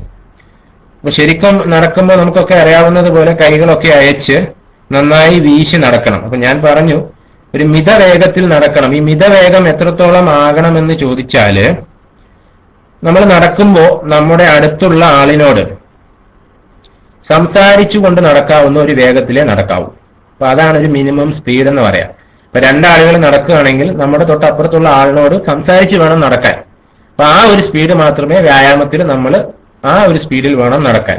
ആ ഒരു സ്പീഡിൽ നടക്കുകയാണെങ്കിൽ 1 മണിക്കൂർ കൊണ്ട് എത്ര 320 കലോറി നമ്മുടെ ശരീരത്തിൽ നിന്നും ചെലവഴിക്കപ്പെടുന്നു എന്ന് വ്യക്തമായ പഠനങ്ങൾ സൂചിപ്പിക്കുന്നുണ്ട്. അപ്പൊ അതുകൊണ്ട് നടക്കുമ്പോൾ കൈകളൊക്കെ വീശി വളരെ വളരെ റിലാക്സ്ഡ് ആയിട്ട് നടക്കുക. 1 മണിക്കൂറിൽ നിങ്ങൾ ഇങ്ങനെ നടക്കുകയാണെങ്കിൽ സ്പീഡ് എന്ന് പറയുന്നത് ഞാൻ പറഞ്ഞതുപോലെ തൊട്ടടുത്തുള്ള ആളോട് സംസാരിച്ച് വേണം നടക്കാൻ. ആ ഒരു സ്പീഡിൽ അവലംബിച്ചാൽ തന്നെ ഒരു 320 കലോറി 1 മണിക്കൂറിനുള്ളിൽ തന്നെ നിങ്ങൾക്ക് ചെലവഴിക്കാൻ സാധിക്കും. ഒരാഴ്ചയിൽ ഏറ്റവും കുറഞ്ഞത് 5 ദിവസമെങ്കിലും നടക്കുക. തുടക്കത്തിൽ ഒരല്പം അതായത് 10 മിനിറ്റ് 15 മിനിറ്റ് 20 മിനിറ്റ് ആ ലെവലിലേക്ക് വന്നിട്ട് പതിയെ 1 മണിക്കൂർ എന്ന ക്രമത്തിലേക്ക് എന്ത് ചെയ്യുക, വ്യായാമത്തിന്റെ സമയം ദീർഘിപ്പിച്ച് കൊണ്ടുവരിക. ഇനി പറയാനുള്ള മറ്റൊരു കാര്യം, വ്യായാമം ചെയ്യുമ്പോൾ ശ്രദ്ധിക്കേണ്ട മറ്റൊരു കാര്യം, പ്രത്യേകിച്ച് ഈ നടക്കുമ്പോൾ ശ്വാസം മുട്ടൽ അതുപോലെ നെഞ്ചുവേദന ഇത്തരത്തിലുള്ള എന്തെങ്കിലും ബുദ്ധിമുട്ടുള്ള ആളുകൾ ഉണ്ടെങ്കിൽ അവരതൊന്നും അവഗണിക്കരുത്. ശരിക്കും പറഞ്ഞാൽ അങ്ങനെ നടക്കുമ്പോൾ ഉടൻ തന്നെ റെസ്റ്റ് എടുക്കുക. അങ്ങനെ നടക്കുമ്പോൾ എന്തെങ്കിലും ശരീരത്തിന് ശ്വാസം മുട്ടലോ അല്ലെങ്കിൽ നെഞ്ചുവേദനയോ മറ്റു പ്രശ്നങ്ങളോ ഒക്കെ ഉണ്ടെങ്കിൽ ഉടൻ തന്നെ അവിടെ ഇരുന്ന് റെസ്റ്റ് എടുത്തിട്ട് വൈദ്യസഹായം തേടണം. അപ്പൊ അത് എന്തുകൊണ്ടാണ് അങ്ങനെ ഒരു പ്രശ്നം വന്നതെന്ന് മനസ്സിലാക്കി നമ്മൾ എന്ത് ചെയ്യുക, വൈദ്യസഹായം ചെയ്യേണ്ടത് വളരെ അത്യാവശ്യമാണ്. അതുപോലെ പ്രമേഹം, അതുപോലെ ഈ രക്തസമ്മർദ്ദം അതായത് ഹൈപ്പർ ടെൻഷൻ, ഹൃദ്രോഗം ഇവയൊക്കെ ഉള്ള ആളുകൾ ഞാൻ മുമ്പ് പറഞ്ഞതുപോലെ വ്യായാമം തുടങ്ങുന്നതിന് മുമ്പ് പരിശോധനകൾ നടത്തി അവരുടെ ശരീരം അല്ലെങ്കിൽ അവരുടെ ശാരീരിക ക്ഷമത, KMIC ഡോക്ടർ പറഞ്ഞത് കൊണ്ടിട്ട് മാത്രം ഹൃദ്രോഗമുള്ളവരും അല്ലെങ്കിൽ ശ്വാസമുട്ട ആളുകളും രക്തസമ്മർദ്ദമുള്ളവരും പ്രമേഹ രോഗികളൊന്നും ചാടിക്കേറി വ്യായാമം ചെയ്യരുത്. നിങ്ങളുടെ ശരീരത്തിന്റെ ശാരീരിക ക്ഷമത ഉറപ്പാക്കിയ ശേഷം മാത്രമേ ഞാൻ ഈ പറഞ്ഞ വ്യായാമ രീതികൾ അവലംബിക്കാൻ പാടുള്ളൂ. ഓരോരുത്തർക്കും അവരുടേതായിട്ടുള്ള പ്രത്യേകിച്ച് ഇത്തരം രോഗങ്ങളുള്ള ആളുകൾ അവരുടെ ശരീരത്തിന്റെ ആ ഒരു ശാരീരിക ക്ഷമത പൂർണ്ണമായും എന്ത് ചെയ്യണം, ഉറപ്പാക്കണം വ്യായാമം ചെയ്യുന്നതിന് മുമ്പ്. എന്നിട്ട് മാത്രമേ ഇത്തരത്തിലുള്ള വ്യായാമ മുറകളിലേക്ക് എന്ത് ചെയ്യാൻ പാടുള്ളൂ, നിങ്ങൾ അതിലേക്ക് ഇറങ്ങാൻ പാടുള്ളൂ എന്നുകൂടി ഓർമ്മിപ്പിക്കുന്നു. പ്രമേഹമുള്ള ആളുകൾ പ്രത്യേകം ശ്രദ്ധിക്കേണ്ട ഒരു കാര്യം, വ്യായാമം ചെയ്യുമ്പോൾ സ്വാഭാവികമായിട്ടും ഊർജം പുറത്തു പോകുന്നത് കൊണ്ടിട്ട് സ്വാഭാവികമായിട്ടും എന്ത് ചെയ്യാം, നിങ്ങൾക്ക് ശരീരത്തിലെ ഗ്ലൂക്കോസിന്റെ അളവ് കുറഞ്ഞിട്ട് ഹൈപ്പോഗ്ലൈസീമിയ വരാനുള്ള സാധ്യത വളരെ കൂടുതലാണ്. ഡയബറ്റീസ് അല്ലെങ്കിൽ പ്രമേഹമുള്ള ആളുകൾ വ്യായാമം ചെയ്യുമ്പോൾ സ്വാഭാവികമായിട്ടും എന്ത് ചെയ്യും, പ്രമേഹം അല്ലെങ്കിൽ ഡയബറ്റീസ് അല്ലെങ്കിൽ ഷുഗറിന്റെ അളവ് ശരീരത്തിൽ കുറഞ്ഞിട്ട് പ്രത്യേകിച്ച് ഹൈപ്പോഗ്ലൈസീമിയ അല്ലെങ്കിൽ പഞ്ചസാരയുടെ അളവ് ശരീരത്തിൽ വളരെ കുറയാനുള്ള സാധ്യത കൂടുതൽ ഉണ്ടായത് കൊണ്ടിട്ട് എന്ത് ചെയ്യണം, അങ്ങനെയുള്ള ആളുകൾ വ്യായാമം ചെയ്യുമ്പോൾ, പ്രത്യേകിച്ച് വ്യായാമം ചെയ്യുമ്പോൾ ഡയബറ്റീസ് ഉള്ള ആളുകൾ വ്യായാമം ചെയ്യുമ്പോൾ നെഞ്ചിടിപ്പ്, അതുപോലെ അമിതമായ ക്ഷീണം, തലകറക്കം അല്ലെങ്കിൽ ശരീരം വല്ലാതെ വിയർക്കുക ഇത്തരത്തിലുള്ള എന്തെങ്കിലും ലക്ഷണങ്ങൾ കണ്ടാൽ തന്നെ നിങ്ങൾ അത് ഹൈപ്പോഗ്ലൈസീമിയ ആണെന്ന് മനസ്സിലാക്കണം. പ്രമേഹമുള്ള ആളുകളെ പറ്റിയിട്ടാണ് ഞാൻ പറയുന്നത്. പ്രത്യേകിച്ച് വ്യായാമം ചെയ്യുമ്പോൾ പ്രമേഹ രോഗികൾ ഒരു ദിവസം വ്യായാമം ചെയ്യുമ്പോൾ പ്രത്യേകിച്ച് നെഞ്ചിടിപ്പ് കൂടുകയോ അല്ലെങ്കിൽ അമിതമായ ക്ഷീണം തോന്നുകയോ തലചുറ്റൽ അനുഭവപ്പെടുകയോ അല്ലെങ്കിൽ തലകറക്കം തോന്നുകയൊക്കെ ചെയ്താൽ അത് ഹൈപ്പോഗ്ലൈസീമിയ, ശരീരത്തിൽ പഞ്ചസാരയുടെ അളവ് കുറയുന്നു എന്നതിന്റെ ലക്ഷണമാണെന്ന് മനസ്സിലാക്കി ഉടൻ തന്നെ എന്ത് ചെയ്യണം, മധുരമുള്ള എന്തെങ്കിലും ആഹാര സാധനം കഴിക്കണം. ഒപ്പം തന്നെ നിങ്ങളുടെ ശരീരത്തിന്റെ രക്തത്തിലെ പഞ്ചസാരയുടെ അളവ് നോക്കിയിട്ട് വേണ്ട കാര്യങ്ങൾ വൈദ്യസഹായമെങ്കിൽ അങ്ങനെ നിങ്ങൾ തേടണം. അപ്പോൾ ഇത്രയും കാര്യങ്ങളാണ് ഈ പ്രത്യേകിച്ച് എന്തെങ്കിലും രോഗങ്ങൾ, ലൈഫ് സ്റ്റൈൽ ഡിസീസ് ഉള്ള ആളുകളോ ഹൃദ്രോഗമുള്ള ആളുകളോ ഒക്കെ ശ്രദ്ധിക്കേണ്ടത്. അല്ലാത്ത ആളുകൾ ഞാൻ പറഞ്ഞതുപോലെ ഏറ്റവും എളുപ്പത്തിൽ കഴിയാൻ പറ്റുന്ന വ്യായാമം നടത്തം, അത് ഒരാഴ്ചയിൽ മിനിമം 5 ദിവസമെങ്കിലും കഴിവതും ശ്രദ്ധിക്കുക. എല്ലാ ദിവസവും ഒരു കൃത്യസമയം ഒരു അല്പസമയം അതിലേക്ക് മാറ്റിവെക്കണം. ക്രമേണ കുറഞ്ഞ സമയത്തിൽ തുടങ്ങി ഒരു നിശ്ചിത അളവിലേക്ക് എത്തുന്ന രീതിയിലായിരിക്കണം വ്യായാമം ചെയ്യേണ്ടത്. അതിന്റെ സ്പീഡ് കാര്യങ്ങളൊക്കെ ഞാൻ പറഞ്ഞിട്ടുണ്ട്. അപ്പൊ ഇൻഷാ അല്ലാഹ് ഇത്രയുമാണ് ഈ വിഷയത്തിൽ എനിക്ക് പറയാനുള്ളത്. ഇനിയിപ്പോ കൂടുതൽ സംസാരിക്കാൻ ഉദ്ദേശിക്കുന്നില്ല. നമ്മുടെ ക്ലാസ് റൂമിൽ ബഹുമാനപ്പെട്ട GC ഉസ്താദ് എത്തിയിട്ടുണ്ട്. ഉസ്താദ് കൂടുതൽ സംഘടനാപരമായ കാര്യങ്ങളും മറ്റു വിഷയങ്ങളുമൊക്കെ നമ്മോട് സംസാരിക്കും. നമ്മുടെ പ്രസ്ഥാനത്തെ സംബന്ധിച്ചിടത്തോളം ഒരു ഓൾഡ് ജനറേഷൻ പെട്ട ഉസ്താദ് എന്നുള്ള നിലയിൽ ഒരുപാട് സംഘടനാപരമായ ഒരുപാട് കാര്യങ്ങൾ ഉസ്താദിൽ നിന്നും നമുക്ക് ഇളം തലമുറക്കാരായ ഞങ്ങൾക്ക് പ്രത്യേകിച്ച് ഒരുപാട് കാര്യങ്ങൾ പലതും പഠിച്ചുകൊണ്ടിരിക്കുന്നു, ഇനിയും പഠിക്കാനുണ്ട്. ഏതായിരുന്നാലും സമയമുണ്ടെങ്കിൽ ഇൻഷാല്ലാ അങ്ങനെ, അല്ലെങ്കിൽ ഇൻഷാല്ലാ ബാക്കിയുള്ള കാര്യങ്ങളുമായി ഇൻഷാല്ലാ മുന്നോട്ട് പോകണമെന്ന് അറിയിച്ചുകൊണ്ട്, പ്രത്യേകിച്ച് കുടുംബത്തിനും എനിക്കുമൊക്കെ വേണ്ടി എപ്പോഴും നിങ്ങൾ ദുആ ചെയ്യുക. പ്രത്യേകിച്ച് ജോലിയിലൊക്കെ ഖൈറും ബർക്കത്തും ചെയ്യാൻ ഒരുപാട് ബുദ്ധിമുട്ടുകളും പ്രയാസങ്ങളും ഒക്കെ ഒരു ആരോഗ്യ മേഖല എന്നുള്ള നിലയിൽ പലപ്പോഴും പലവിധമായ ബുദ്ധിമുട്ടുകളും ഒക്കെ നേരിടാറുണ്ട്. അതിൽ നിന്നൊക്കെ എളുപ്പത്തിൽ സലാമത്താകാനും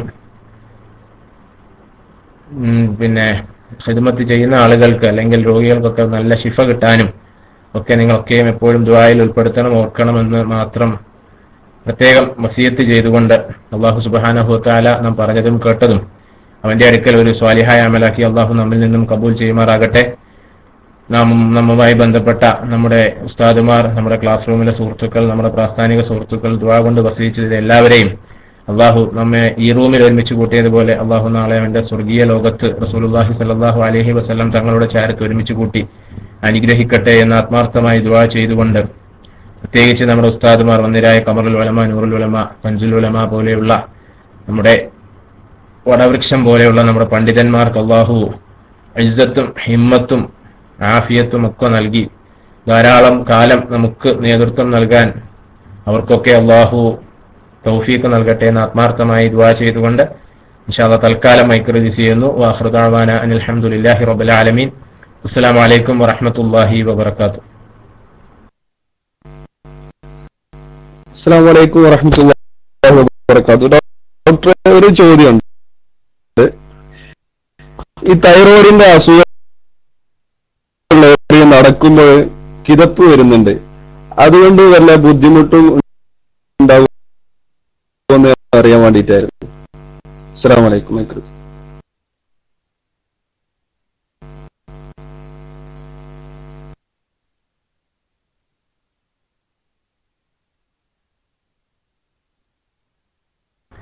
വഅലൈക്കും സലാം വറഹ്മത്തുള്ളാഹി വബറകാതുഹു.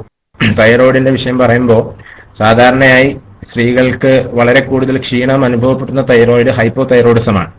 അപ്പൊ ഈ ഹൈപ്പോതൈറോയിഡിസം ആയി അതിൽ തന്നെ ഈ തൊണ്ടയിൽ മുഴ അല്ലെങ്കിൽ ഗോയിറ്റർ ഉള്ള ആളുകളാണെങ്കിൽ, തൈറോയിഡിന്റെ സ്വെല്ലിംഗ് ഉള്ള ആളുകൾക്കാണെങ്കിൽ നടക്കുമ്പോൾ ശ്വാസമുട്ടൽ വരികയാണെങ്കിൽ അത് തീർച്ചയായിട്ടും നിങ്ങൾ എന്ത് ചെയ്യണം? ഡോക്ടറെ കാണിക്കണം. കാരണം നടക്കുമ്പോൾ ശ്വാസമുട്ട് വരാനുള്ള സാധാരണയായി കണ്ടുവരുന്ന ഒരു കാര്യം, സ്വാഭാവികമായിട്ടും നിങ്ങൾക്കറിയാം തൊണ്ടയിലാണ് തൈറോയിഡ് ഉള്ളത്. അപ്പോൾ അത് ഇങ്ങനെ വളരുമ്പോൾ പ്രത്യേകിച്ചും തൊണ്ടയിൽ കൂടി പോകുന്ന 3 സ്ട്രക്ചറുകളെയാണ് അത് പ്രധാനമായും ബാധിക്കുന്നത്. ഒന്ന് ട്രക്കിയ എന്ന് പറഞ്ഞാൽ നമ്മുടെ ശ്വാസകോശം തുടങ്ങുന്നതിന് മുന്നേ ഉള്ള ട്യൂബാണ്.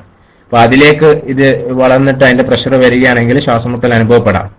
രണ്ടാമത് യൂസോഫാഗസ് ആണ്. യൂസോഫാഗസിലേക്കാണ് ഇതിന്റെ പ്രഷർ ചെല്ലുന്നതെങ്കിൽ, മുഴ വലുതായിട്ട് ആ പ്രഷർ ചെല്ലുന്നതെങ്കിൽ ആഹാരം കഴിക്കുമ്പോൾ ബുദ്ധിമുട്ട് അനുഭവപ്പെടാം.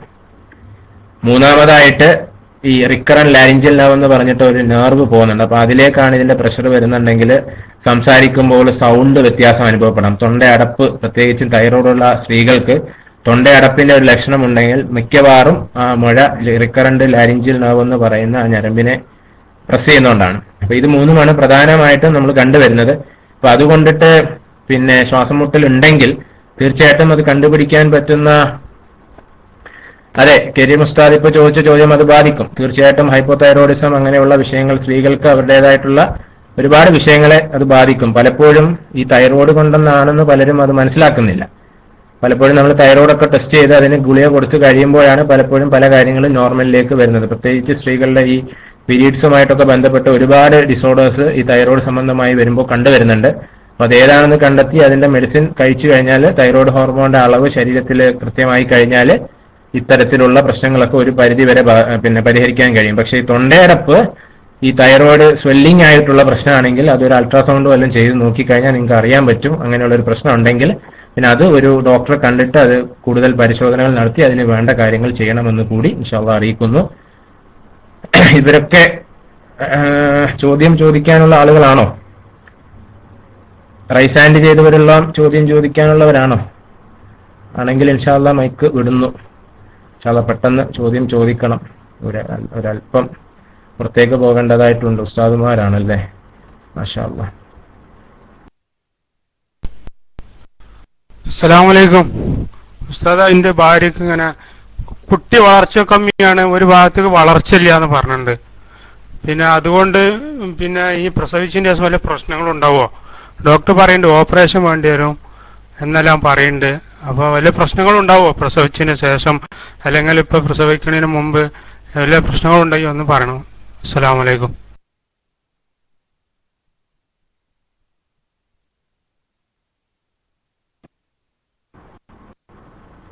വലൈക്കും സലാം വറഹ്മത്തുള്ളാഹി വബറകാതുഹു. പ്രിയപ്പെട്ട അസർ മുല്ല, താങ്കളുടെ ചോദ്യത്തിൽ നിന്ന് എനിക്ക് വ്യക്തമായ ഒരു മറുപടി ഇവിടെ നിന്ന് തരാൻ സാധ്യമല്ല. ഒന്നെങ്കിൽ ആ സ്കാൻ റിപ്പോർട്ട് കാണണം, അതിലെന്താണ് പ്രശ്നം എന്നുള്ളത് വ്യക്തമായിട്ടുണ്ടാവും, അപ്പോൾ അതിൽ നിന്ന് പറയാൻ പറ്റും. അല്ലെങ്കിൽ അത് വളർച്ചക്കുറവെന്ന് ഉദ്ദേശിച്ചത് ഒരു ഇൻട്രായുട്രൈൻ ഗ്രോത്ത് റിട്ടാർഡേഷൻ ആണോ, അതല്ല മറ്റെന്തെങ്കിലും വിഷയങ്ങളാണോ, അത് ഏതാണെന്ന് നമുക്ക് വ്യക്തമായി അറിഞ്ഞെങ്കിൽ മാത്രമേ പറയാൻ പറ്റുള്ളൂ. മനസ്സിലായില്ലേ? അപ്പൊ ഒരു വളർച്ചക്കുറവ് ഒരു സൈഡിലേക്കെന്നുള്ളത് എന്ത് തരം വളർച്ചക്കുറവാണ്, അത് വേറെ എന്തെങ്കിലും ഇഷ്യൂസ് ഉള്ള വളർച്ചക്കുറവാണോ, അങ്ങനെയാണോ അവര് ഇത് സിസേറിയൻ ചെയ്യാൻ പറഞ്ഞത്? അപ്പൊ അതെന്താണെന്ന് നിങ്ങളുടെ സ്കാൻ റിപ്പോർട്ടിൽ വ്യക്തമായിട്ടുണ്ടാവും. അപ്പൊ ആ റിപ്പോർട്ട് കണ്ടെങ്കിൽ മാത്രമേ എന്ത് ചെയ്യാൻ പറ്റൂ, നമുക്ക് അതിലൊരു വ്യക്തമായ മറുപടി എനിക്ക് ഇവിടെ നിന്ന് നൽകാൻ പറ്റും എന്ന് ആ സുഹൃത്തിനെ അറിയിക്കുന്നു. മനസ്സിലായില്ലേ? നമ്മൾ ഇത്രമാത്രം പറഞ്ഞുകൊണ്ടിട്ട് പൂർണ്ണമായിട്ടും എനിക്കൊരു പൂർണ്ണമായ മറുപടി ഇവിടെ നിന്നിപ്പോ നൽകാൻ കഴിയില്ല. അപ്പൊ ഏതായിരുന്നാലും അള്ളാഹു ആ സഹോദരിയുടെ എല്ലാ വിഷമങ്ങളും മാറ്റി ഏതാണ് ഖൈർ ആ രീതിയിൽ ഇൻഷാ അല്ലാഹ് നല്ല ഒരു കുട്ടിയെ അദ്ദേഹത്തിന് അള്ളാഹു നൽകുമാറാകട്ടെ എന്ന് ഇവിടെ നിന്ന് ഞാൻ ആത്മാർത്ഥമായി ദുആ ചെയ്യുന്നു. അടുത്ത ആൾക്ക് വേണ്ടിയിട്ട് മൈക്ക് റിലീസ് ചെയ്യുന്നു.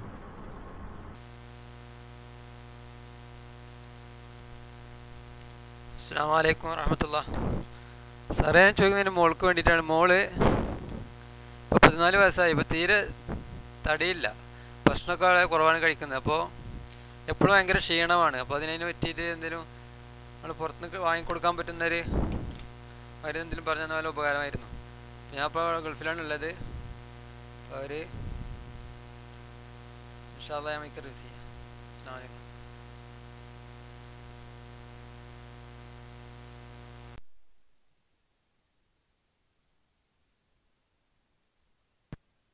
വലൈക്കും സലാം വറഹ്മത്തുള്ളാഹി വബറകാതുഹു. 14 വയസ്സുള്ള കുട്ടിയാണ്. അപ്പോൾ എന്ത് ചെയ്യണമെന്ന് ചോദിച്ചാൽ സ്വാഭാവികമായിട്ടും ഇതൊരു വളർച്ചയുടെ തുടക്കത്തിലുള്ള ഒരു കുട്ടിയാണ്. അപ്പൊ അതുകൊണ്ട് തന്നെ നിങ്ങൾക്ക് ചെയ്യാൻ പറ്റുന്നത് വേണമെങ്കിൽ ഒരു രക്തത്തിലെ ഹീമോഗ്ലോബിന്റെ അളവ്, അതായത് നമ്മുടെ ശരീരത്തിൽ രക്തത്തിന്റെ അളവ് നോക്കുന്ന ഹീമോഗ്ലോബിൻ, അത് ജസ്റ്റ് ഒന്ന് പരിശോധിച്ച് നോക്കാം. മുസ്തഫാക്കാക്ക് അത് വേണമെങ്കിൽ രക്തമെടുത്ത് ഹീമോഗ്ലോബിൻ പരിശോധിക്കാനായിട്ടൊന്ന് പറയാം. അപ്പൊ അതില് നോർമൽ ഒരു ഹീമോഗ്ലോബിൻ ഒരു ബിറ്റ്വീൻ ഒരു 12 to 16 ഒക്കെയാണ് നമ്മുടെ നോർമൽ റേഞ്ച് പറയുന്നത്. സ്ത്രീകൾക്കാകുമ്പോൾ ഒരു 13 to 15 ആ ഒരു റേഞ്ച് ഒക്കെ നോർമലാണ്. അപ്പൊ അതിൽ കുറവുണ്ട്, കുളറുണ്ട്, വിളർച്ച കൊണ്ടിട്ടാണെങ്കിൽ ഇൻഷാ അല്ലാഹ് അതിന് വേണ്ടിയിട്ട് നമുക്ക് അത് മാറാനുള്ള മൾട്ടി വൈറ്റമിനും അതുപോലെ അയൺ സിറപ്പുകളും ഒക്കെ നമുക്ക് ലഭ്യമാണ്. അപ്പൊ അത് ഏതായാലും ആ ഹീമോഗ്ലോബിന്റെ അളവൊന്ന് നോക്കുക, എന്നിട്ട് ഇൻഷാ അല്ലാഹ് നമുക്ക് എന്തെങ്കിലും മരുന്ന് കൊടുത്താൽ മതി. പിന്നെ 14 വയസ്സുള്ള കുട്ടി മെലിഞ്ഞിരിക്കുന്നു എന്ന് പറയുമ്പോൾ സ്വാഭാവികമായിട്ടും ഒരു 14 വയസ്സുള്ള പെൺകുട്ടിയെ നോർമല് മെലിഞ്ഞിരുന്നാലും വെയിറ്റ് അത്ര ഉണ്ടെങ്കിൽ പിന്നെ പ്രത്യേകിച്ച് പേടിക്കണ്ട. ഒരു 14-15 വയസ്സാകുമ്പോൾ ഒരു 45 കിലോ ആൺകുട്ടികൾക്ക് വേണം, പെൺകുട്ടികൾക്ക് ഒരു 42-43. 14 ആകുമ്പോൾ ഒരു 40 കിലോ വെയിറ്റ് ഉണ്ടെങ്കിൽ നോർമലാണ്. അപ്പൊ അതാണ് ഏജ് വയസ്സ് നമുക്ക് വെയിറ്റ് പറയാൻ പറ്റുക. അത്ര ഉണ്ടെങ്കിൽ പിന്നെ നിങ്ങൾ പേടിക്കേണ്ട ആവശ്യമൊന്നുമില്ല. ഏതായാലും രക്തത്തിൽ ഈ ഹീമോഗ്ലോബിന്റെ അളവ് ഒന്ന് നോക്കുന്നത് നല്ലതാണ്. അപ്പൊ അത് കുറഞ്ഞിട്ട് വിളർച്ച കൊണ്ടിട്ടാണോ ഇങ്ങനെ മെലിഞ്ഞിരിക്കുന്നതെങ്കിൽ ഇൻഷാ അല്ലാഹ് അതിനെ മാറ്റാനായിട്ട് നമുക്ക് മരുന്നുകൾ ഇൻഷാ അല്ലാഹ് നമുക്ക് കൊടുക്കാവുന്നതാണ്. ഏതായിരുന്നാലും ഞാൻ അടുത്ത ആൾക്ക് വേണ്ടി മൈക്ക് റിലീസ് ചെയ്യുന്നു.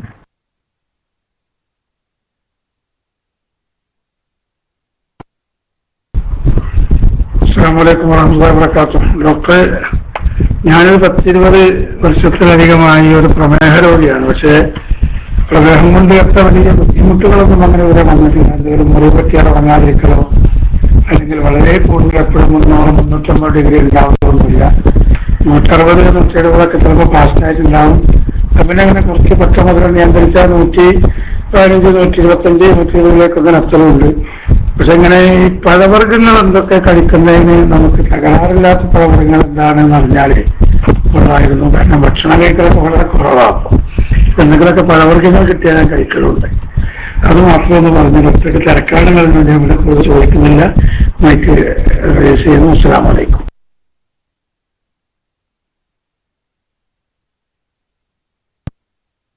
വഅലൈക്കും സലാം വറഹ്മത്തുള്ളാഹി വബറകാതുഹു.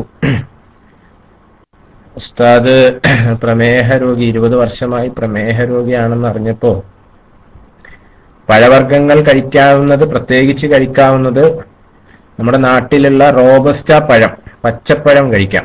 റോബസ്റ്റ പഴം മനസ്സിലായി കാണുമെന്ന് വിശ്വസിക്കുന്നു ഉസ്താദിന്. റോബസ്റ്റ പഴം എന്ന് പറഞ്ഞാൽ പച്ചത്തൊലിയുള്ള പഴം ഉണ്ടല്ലോ, അത് കഴിക്കാം. പേരയ്ക്ക കഴിക്കാം. മധുരം താരതമ്യേന ഗ്ലൂക്കോസിന്റെ അളവ് കുറഞ്ഞ ഭക്ഷണങ്ങൾ, ഫ്രൂട്ട്സ് കഴിക്കുന്നതിന് കുഴപ്പമില്ല. അപ്പോൾ ഞാൻ ആ വിഷയത്തില് എനിക്ക് ഒരു വിശദമായ ഉസ്താദിന് കഴിക്കാൻ പറ്റുന്ന ഒരു ഡയബറ്റിക് ചാർട്ട് ഇൻഷാ അല്ലാ നമ്മുടെ ഹെൽത്ത് സർവീസിലെ ഡയറ്റീഷ്യന്മാര് ഉണ്ടാക്കിയ ഒരു ചാർട്ട് എൻ്റെ അടുത്തുണ്ട്. അപ്പോൾ അത് ഇൻഷാ അല്ലാ ഞാൻ സൗകര്യം പോലെ ഉസ്താദിനെ PM ചെയ്ത് തരാം. രാവിലെ എന്ത് കഴിക്കാം, ഉച്ചയ്ക്ക് എന്ത് കഴിക്കാം, വൈകിട്ട് എന്ത് കഴിക്കാം എന്നുള്ളത്. 1-2 ചാർട്ടുകൾ ഞാൻ ഈ ക്ലാസ് റൂമിൽ മുമ്പ് പറഞ്ഞതാണ്. അപ്പോൾ അത് പുതിയ ഒരെണ്ണം ഇപ്പോൾ കിട്ടിയിട്ടുണ്ട്. നമ്മുടെ ഡയറ്റീഷ്യൻ പ്രിപ്പയർ ചെയ്ത് തന്നതാണ്. പ്രമേഹ രോഗികളായ ആളുകൾക്ക് കഴിക്കാൻ പറ്റുന്നത്. സൗണ്ട് കേൾക്കുന്നുണ്ടോ? ഇൻഷാ അല്ലാ സൗകര്യം പോലെ ഞാൻ ഉസ്താദിനെ ഒന്ന് PM ചെയ്തിട്ട് ആ ഒരു ചാർട്ട് ഇൻഷാ അല്ലാ ഉസ്താദിന് ഞാൻ അയച്ചു തരാം. അപ്പം അതിൽ എന്തൊക്കെ ആഹാരങ്ങൾ കഴിക്കാം, എത്ര കഴിക്കാം, ഏതൊക്കെ പഴവർഗ്ഗങ്ങൾ കഴിക്കാം, പാലൊക്കെ പാട മാറ്റിയിട്ട് പാല് കുടിക്കാം, മുട്ടയുടെ വെള്ള ഉപയോഗിക്കാം, പിന്നെ അങ്ങനെ കുറേ സാധനങ്ങളൊക്കെ നമുക്ക് ഉപയോഗിക്കാൻ പറ്റും. പഴവർഗ്ഗങ്ങൾ ഞാൻ ഈ പറഞ്ഞ പോലെ റോബസ്റ്റ, പേരയ്ക്ക, ഇതൊക്കെ അതിൽ കഴിക്കാമെന്നാണ് അവർ പറയുന്നത്. അപ്പോൾ ഇൻഷാ അല്ലാ അത് ഞാനൊന്ന് അയച്ചു തരാം. അപ്പോൾ എനിക്കൊരു ഇച്ചിരി ബുദ്ധിമുട്ടുണ്ട് ഉസ്താദ്, ക്ഷമിക്കണമെന്ന് അഭ്യർത്ഥിക്കുന്നു. അപ്പോൾ ഇനി ആരും ഇല്ലെന്ന് വിശ്വസിക്കുന്നു. ഏതായിരുന്നാലും തൽക്കാലം ഇൻഷാ അല്ലാ നിർത്താം. ഇനി സിനാൻ ഉസ്താദൊക്കെ ക്ലാസ് റൂമിലുണ്ട്. ഇൻഷാ അല്ലാ ലൈവായി തന്നെ മുന്നോട്ട് പോകും. ആരോ PM-കൾ വരുന്നുണ്ടല്ലോ. റബ്ബേ. വഅലൈക്കും സലാം വറഹ്മത്തുള്ളാഹി. സാദത്ത്, 4 മാസമുള്ള മകന് കിഡ്നി വീക്കമുണ്ട്, യൂറിൻ ബ്ലോക്ക് ഉണ്ടെന്ന് ഡോക്ടർ പറഞ്ഞു. അതിനെക്കുറിച്ച് വിശദമായി ഒന്ന് പറയാമോ? 4 മാസമുള്ള കുട്ടിക്ക് കിഡ്നി വീക്കമുണ്ടെങ്കിൽ അത് ഹൈഡ്രോനെഫ്രോസിസ് ആകാനാണ് സാധ്യത. ഹൈഡ്രോനെഫ്രോസിസിൽ നമുക്ക് ശരിക്കും പറഞ്ഞാൽ അതിനെ നോക്കിയിട്ട് നമുക്ക് ബ്ലോക്ക് ഉണ്ട് എന്നുണ്ടെങ്കിൽ പല ടൈപ്പിലുണ്ട്. ഇപ്പോൾ പല കിഡ്നി വീക്കം ശരിക്കും ഹൈഡ്രോനെഫ്രോസിസ് ബ്ലോക്ക്, യൂറിൻ പുറത്തോട്ട് പോകാതെ അതിൽ കെട്ടിക്കിടക്കുന്നതുകൊണ്ടാണ്. ശരിക്കും നമുക്കത് 4 മാസമുള്ളപ്പോൾ എനിക്കിപ്പോൾ സർജറി ചെയ്യാൻ പറ്റുമെന്ന് എനിക്കറിയില്ല. കുറച്ചുകൂടെ വലുതായാൽ കുട്ടിക്ക് നമുക്ക് സർജറിയിലൂടെ അത് ചെയ്ത് മാറ്റാൻ പറ്റും. ഹൈഡ്രോനെഫ്രോസിസ് ആണ് നിങ്ങൾ ഉദ്ദേശിച്ച സംഭവം, മനസ്സിലായില്ലേ? അപ്പം ഇൻഷാ അല്ലാ അത് ഒരു കുറച്ചും കൂടി ഒന്ന് കുട്ടി വലുതായാൽ മാത്രമേ അതിനെന്തെങ്കിലും എന്ത് ചെയ്യാൻ പറ്റൂ, സർജറി അങ്ങനെ ചെയ്യാൻ പറ്റൂ. അല്ലെ പിന്നെ ചെയ്യാൻ പറ്റുന്ന സാധാരണ എനിക്കൊന്ന് മെഡിക്കൽ കോളേജിലൊക്കെ അവർ യൂറിൻ കുത്തിയെടുക്കാറുണ്ട്. അങ്ങനെ എന്തെങ്കിലും ചെയ്തിരുന്നോ എന്ന് കൂടി ശ്രദ്ധിക്കാം. ഒരുപാട് ബ്ലോക്കായിട്ട് കിഡ്നി വീങ്ങുകയാണെങ്കിൽ നമ്മൾ നീഡിൽ ഉപയോഗിച്ചിട്ട് അതിൽ നിന്ന് കുത്തിയെടുക്കാറുമുണ്ട് എന്നുകൂടി ആ സുഹൃത്തിനെ അറിയിക്കുന്നു. ഇൻഷാ അല്ലാ. അപ്പോൾ ഇനി സൈനി ഉസ്താദ് ചോദിച്ചോളൂ. ഇൻഷാ അല്ലാ.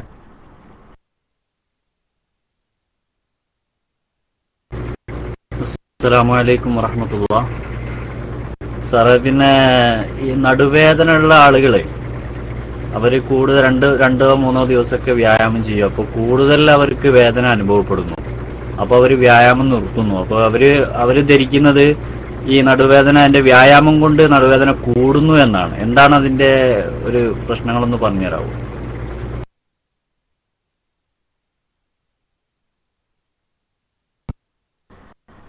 വഅലൈക്കും സലാം. അതിന്റെ പ്രശ്നം എന്താന്ന് ചോദിച്ചാൽ ഉസ്താദെ, പലപ്പോഴും നടുവേദന ഉള്ള ആളുകൾക്ക് അവർക്ക് അത് ഞാൻ പറഞ്ഞല്ലോ, വ്യായാമം പല രീതികളിലുള്ള വ്യായാമമാണ്. പ്രത്യേകിച്ച് നടുവേദന ഉള്ളപ്പോൾ നമുക്ക് ഈ നടുവിന് ചുറ്റുമുള്ള ഈ പേശികളെ ബലപ്പെടുത്തുന്ന വ്യായാമങ്ങളാണ് പ്രത്യേകിച്ച് നമ്മൾ ചെയ്യേണ്ടത്. പേശികളെ കൂടുതലായിട്ട് ബലപ്പെടുത്തുന്ന വ്യായാമങ്ങൾ. അതുപോലെ തന്നെ ഇപ്പോൾ ഡിസ്കിന്റെ കംപ്ലൈന്റ് ഉള്ളത് കൊണ്ടിട്ടാണ് നടുവേദന ഉള്ളതെങ്കിൽ ഈ നട്ടെല്ലിന്റെ ചുറ്റുമുള്ള കശേരുക്കളെയൊക്കെ ശക്തിപ്പെടുത്തുന്നതിനും അതുപോലെ വയറിന് ചുറ്റുമുള്ള മസിലുകളെയൊക്കെ ശക്തിപ്പെടുത്തുന്നതിനുമുള്ള വ്യായാമങ്ങളാണ് നമ്മൾ ചെയ്യേണ്ടത്. അപ്പോൾ ഓരോന്നിനും ഓരോ തരത്തിലുള്ള വ്യായാമങ്ങളുണ്ട്. അപ്പൊ ആ രീതിയിൽ തന്നെ കാര്യങ്ങൾ അറിഞ്ഞ് വ്യായാമങ്ങൾ ചെയ്തെങ്കിൽ മാത്രമേ പിന്നെ എന്ത് ചെയ്യാൻ പറ്റൂ, ആ വ്യായാമം കൊണ്ടിട്ട് അതിന്റെ പൂർണ്ണമായ ഫലപ്രാപ്തിയിലേക്ക് എത്തുള്ളൂ. അല്ല നമ്മൾ എന്തെങ്കിലും ഒരു വ്യായാമം, നടുവേദനയാണ് അത് ഇത് മതി എന്ന് വിചാരിച്ചിട്ട് വ്യായാമം ചെയ്തിട്ട് കാര്യമില്ല. നടുവേദന ഏത് കാരണം കൊണ്ടാണെന്ന് മനസ്സിലാക്കി ആ രീതിയിൽ, ചിലർക്ക് വെറും നടുവിന്റെ എന്താ പറയാ ആ ബാക്കിലെ മസിൽസും പിന്നെ കൂടുതലായിട്ട് പിന്നെ പേശി മുറുക്കം കൊണ്ടിട്ട് മാത്രമുള്ള നടുവേദന ഉണ്ടാകാറുണ്ട്. ചിലർക്ക് IVDP ആയിരിക്കും, ഇന്റർവെർട്ടിബ്രൽ ഡിസ്ക് പ്രൊലാപ്സ് വന്നിട്ടുള്ള നടുവേദന ആയിരിക്കും.